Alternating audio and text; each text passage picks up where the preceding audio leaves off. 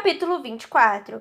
Amy, Fiona e Tala foram embora dali há horas. Eu não sabia dizer se por causa da deficiência de Sylvia ou do estado de nervos das garotas. De repente, éramos 19 e tudo pareceu progredir muito rapidamente. Ainda assim, eu jamais poderia ter previsto a velocidade com que as coisas iam se mover dali para frente. Na segunda-feira, depois dos ataques, retomamos nossa rotina. O café da manhã estava delicioso como sempre e fiquei imaginando se chegaria o dia em que deixaria de gostar daquelas refeições espetaculares. Chris, isso não é divino? Perguntei. Eu mordiscava uma fruta em formato de estrela. Nunca tinha visto nada igual antes de chegar no palácio. Chris estava de boca cheia, mas concordou com a cabeça. Senti um clima cálido de irmandade naquele dia. Após termos sobrevivido a um grande ataque rebelde juntas, parecia que os pequenos laços que nos uniam se tornavam indestrutíveis. Ao lado de Chris estava Emily, que passou o mel. Perto de nós, Ginny me perguntava, com olhar admirado, onde tinha conseguido meu pingente de passarinho. O clima lembrava os jantares da minha família de uns anos atrás, antes de Cota se transformar em um babaca e de perdermos Kenna para o marido, cheio de gente, radiante e com muita conversa. Ele me conta na hora de que, como Maxon contara sobre sua mãe, eu manteria contato com essas meninas ao longo dos anos. Ia querer saber se tinham se casado e mandaria cartões de Natal. Dali a uns 20 e poucos anos, se Maxon tivesse um filho, telefonaria para elas para saber quem eram suas favoritas na nova seleção. Relembraríamos tudo por que passamos. E riríamos daquilo como se tivesse sido uma aventura, não uma competição. Por mais incrível que pudesse parecer, a única pessoa com aparência perturbada na sala de jantar era Maxon. Ele nem tinha tocado na comida. Em vez disso, corria os olhos pelas fileiras das garotas com a expressão de quem estava concentrado. De tempos em tempos, parava para pensar e parecia discutir consigo mesmo sobre alguma coisa. Depois continuava. Quando chegou a vez da minha mesa, o príncipe me flagrou olhando diretamente para ele e abriu um sorriso fraco. Tirando o breve diálogo da noite do ataque, não conversávamos desde a nossa discussão, e algumas coisas ainda precisavam ser ditas. Eu é que tinha que tomar a iniciativa, com uma expressão que revelava tratar-se de um pedido, não de uma exigência. Mexi na minha orelha. Seu rosto permaneceu distante, mas ele também mexeu na dele. Respirei aliviada e, por acaso, olhei para as portas daquela sala enorme. Como suspeitava, outro par de olhos estava fixo em mim. Tinha notado Espen ao entrar na sala de jantar, mas tentei não demonstrar. Era difícil ignorar alguém que eu amava. O príncipe se levantou. Aquele movimento repentino fez a cadeira chiar com atrito contra o chão, e esse barulho foi suficiente para atrair a atenção de todos. Ao ver todos aqueles rostos voltados em sua direção, Maxon parecia querer sentar novamente, sem que ninguém percebesse, sabendo que isso seria impossível. Ele começou a falar. Senhoritas, saudou, fazendo uma breve reverência com a cabeça. Ele parecia sofrer demais. E sei que após o ataque de ontem, eu tenha sido obrigado a repensar profundamente o funcionamento da seleção. Como sabem, 3 garotos pediram para sair ontem, e eu cedi. Não quero ninguém aqui contra sua vontade. Além disso, não me sinto confortável mantendo no palácio sob a constante ameaça de risco de vida pessoas com quem estou certo de que não terei futuro. Pela sala, a confusão deu lugar à compreensão infeliz e inequívoca dos fatos. Ele não vai... murmurou Tini. Sim, ele vai, respondi. Embora me dou tomar essa atitude, conversei com minha família e com alguns conselheiros íntimos e decidi proceder ao finalamento da seleção para a elite. Contudo, em vez de 10, decidi dispensar todos vocês, com exceção de 6, afirmou Maxon, com um tom de voz bem formal. 6? Perguntou Chris, impressionada. Isso não é justo, resmungou Tini, já prestes a chorar.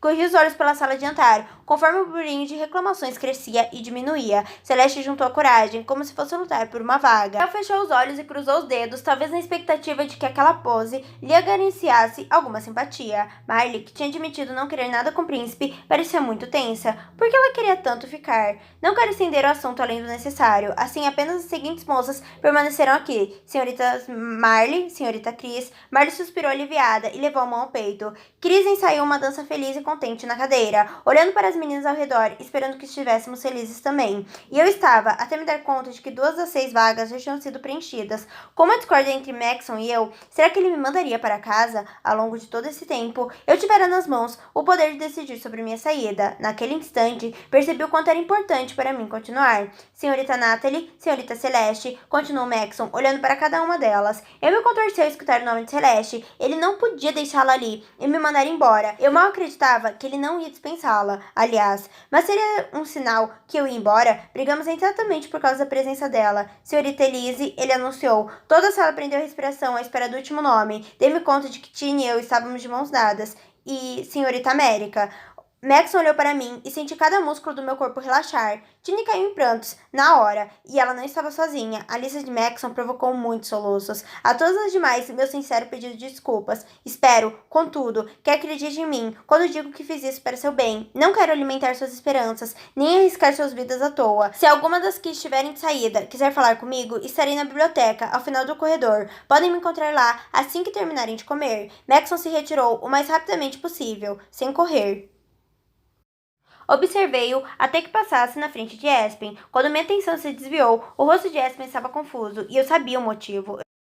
Eu tinha dito que não amava Maxon, e por isso Espen entendeu que eu não significava nada para o príncipe. Se era assim, por que tinha ficado tão tensa para saber se ia sair ou ficar? Porque Maxon ia querer me deixar ali. Não bem passou um segundo e Emick e Twesley já estavam correndo atrás do príncipe, sem dúvida, em busca de uma explicação. Algumas garotas choravam, claramente com o coração partido, e recaiu sobre as quais que ficavam responsabilidade de confortá-las. A situação era de uma bizarrice insuportável. Tini acabou por soltar violentamente minhas mãos e correr para o quarto. Eu esperava que ela não ficasse com raiva de mim. Todos deixaram a sala em poucos minutos, já sem fome. Eu mesma não demorei muito para sair. Não era capaz de lidar com aquela torrente de emoções. Passei por Espen, que sussurrou hoje à noite. Concordei com a cabeça, discretamente, e segui meu caminho. O restante da manhã foi esquisito. Nunca na vida tivera amigas de que sentira saudade. Todos os quartos ocupados no segundo andar estavam abertos, e as garotas corriam de um lado para o outro, trocando bilhetes e pegando endereços. À tarde, o palácio já era um lugar bem mais sério do que quando chegamos.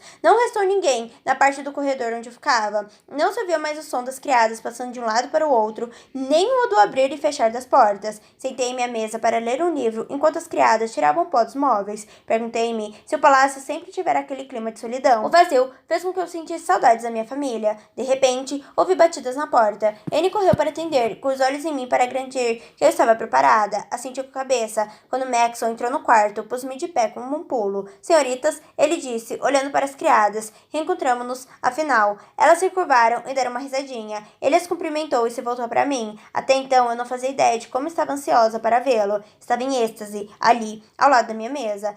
Me perdoem, por favor, mas preciso falar com a senhorita América. Vocês nos dariam um momento? Mais reverências e risadinhas. E ele perguntou ao príncipe, com um tom de voz que dava a entender a adoração que tinha por ele, se podia lhe trazer algo. Maxon recusou, e as três saíram. As mãos dele estavam nos bolsos. Permanecemos em silêncio por uns instantes. Pensei que você não me deixaria ficar, admiti, por fim. Por quê? Ele perguntou, soando realmente confuso. Porque brigamos, porque nossa relação é esquisita, porque apesar de você estar saindo com outras 5 garotas, acho que estou te traindo. Pensei. Maxon diminuiu a distância entre nós aos poucos, escolhendo as palavras conforme caminhava. Quando finalmente chegou até mim, tomou minhas mãos e explicou tudo. Primeiramente, deixe-me dizer que sinto muito. Eu não devia ter gritado com você. Seu tom de voz era totalmente sincero. É que alguns dos comitês e meu pai já me pressionaram e quero ser capaz de tomar a decisão por mim mesmo. Foi muito frustrante parar com outra situação em que minha opinião não é levada a sério. Outra situação? Perguntei. Bom, você viu minhas escolhas. Marla é a favorita do povo, e não posso desprezar isso. Celeste é uma jovem muito poderosa e vem de uma família com quem seria ótimo me alinhar. Natalie e Chris são moças charmosas, ambas muito agradáveis, e as preferidas de alguns membros da minha família. Eles têm contatos na Nova Ásia. Como estamos tentando acabar com essa maldita guerra, devo tê-lo em conta. Foi massacrado por opiniões e encurralado por todos os lados nessa decisão.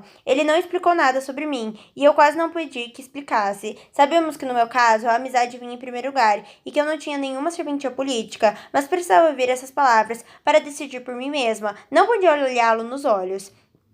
E porque eu ainda estou aqui, minha voz saiu um pouco mais alta do que um sussurro. Eu sabia que ia doer. No fim, tinha certeza que só estava ali porque Maxon era bom demais para quebrar uma promessa. América, pensei ter sido claro, ele disse calmamente. O príncipe respirou fundo para demonstrar sua paciência e levantou meu queixo com a mão. Quando finalmente olhei nos olhos, ele confessou. Se o assunto fosse simples, já teria eliminado todas as outras. Sei o que sinto por você. Talvez seja impossível da minha parte ter tanta certeza, mas estou certo que seria feliz com você. Corei. Pude sentir as lágrimas brotarem, mas as contive. Seu rosto tinha uma expressão apaixonada que eu não queria perder. Há momentos em que penso que rompemos todas as barreiras, e há outros que penso que você só fica pela conveniência. Se tiver certeza de que eu, e apenas eu, sou sua motivação. Ele fez uma pausa e balançou a cabeça, como se não quisesse chegar ao final da frase. Eu estaria errado se dissesse que você ainda não tem certeza sobre mim. Eu não queria magoá-lo, mas tinha que ser honesta. Não.